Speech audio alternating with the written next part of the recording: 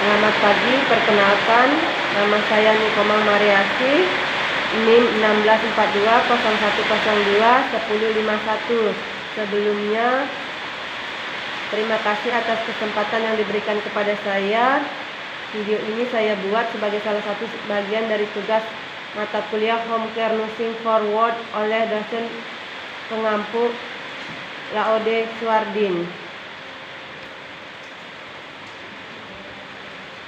Jenis-jenis topikal terapi: 1. Hidrofobik, 2. Natural fibre dry dressing, 3. Semi permeable film dressing, 4. Foam dressing, 5. Hidrokorloid, 6. hidrogas, 7. kalsium alginata, 8.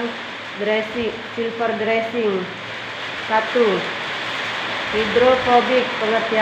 Pengertiannya terbuat dari katun yang mengandung bahan aktif dialkylcarbonyl klorid atau DACC yang bersifat hidrofobik kuat.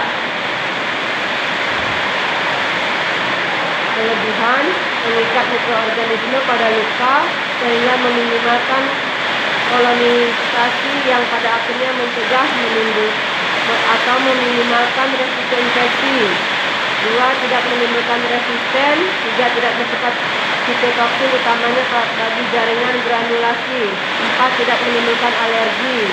Kekurangannya: 1. Tidak dapat menyerap eksudat banyak. 2. Biasanya membutuhkan secondary dressing. Contoh produk: Sutimate Sorbac dressing PET. 2. Sutimate Sorbac Ribbon Gauze. 3.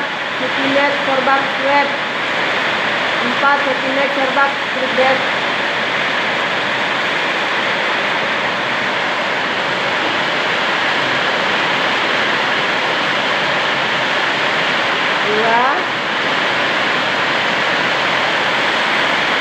Natural fibre dry dressing. Pengertiannya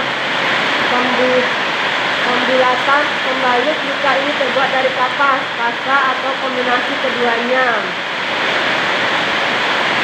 Kelebihannya: mengabsorpsi dan melindungi. 2. Menciptakan lingkungan yang kering pada luka.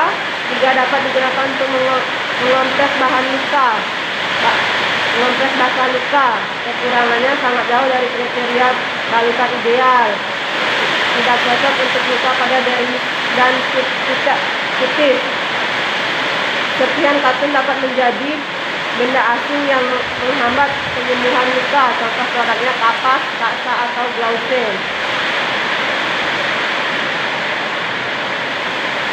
3. Semi permeable film dressing. Pengertiannya: dilapisi dengan bahan perekat tipis transparan mengandung polyurethane film. Kelebihannya: permeable terhadap gas, inflammable terhadap cairan dan bakteri, mengurangi nyeri sebab ujung saraf dipertahankan tetap lembab, memudahkan infeksi luka.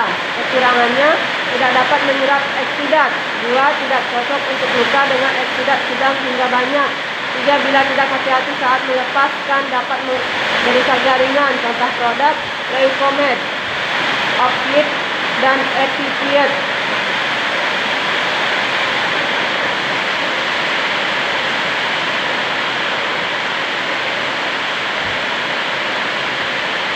4.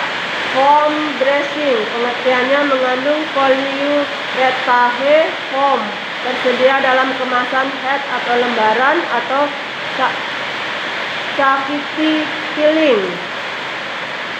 Kelebihannya: mendukung suasana lembab pada luka. 2. Daya serap tinggi, dapat mengikuti kontur permukaan kulit. Kekurangannya: tidak memungkinkan terjadinya autolysis debridement. Contoh produknya Aletin 2 Hydrosoft. Nomor 5. Hidrokoloid. Pengertiannya: balutan ini mengandung partikel hidroaktif hidrofilik yang terikat dalam polimer hidrofobik. Kelebihannya, 1. Partikel hidroaktifnya dapat menyerap eksudat. 2. Membentuk gel pada permukaan luka sehingga menciptakan suasana lembab. 3. Mengurangi frekuensi balutan sebab dapat bertahap 5-7 hari. Kekurangannya, tidak direkomendasikan untuk luka yang terinfeksi bakteri anaerob. 2. Melengket sehingga harus hati-hati saat digunakan pada tepi luka yang mudah terkelupas. 3. Kurang cocok untuk luka dan safety. Contoh produknya Duoderm Aquacel Hydrofiber. 3. Comfeel.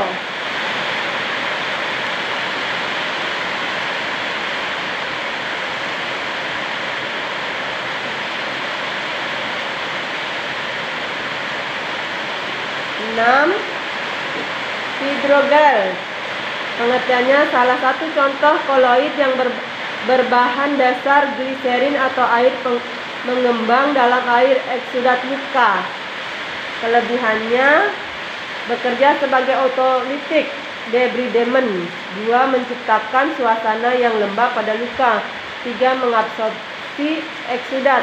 Kekurangannya, ampurose gel tidak boleh digunakan pada sinus yang belum jelas dasarnya. 2. Biasanya membutuhkan balutan sekunder. 3. Dapat terjadi macerasi di sekitar kulit luka. Contoh produknya Cutimed Gel, Intracite Gel, Duoderm Gel.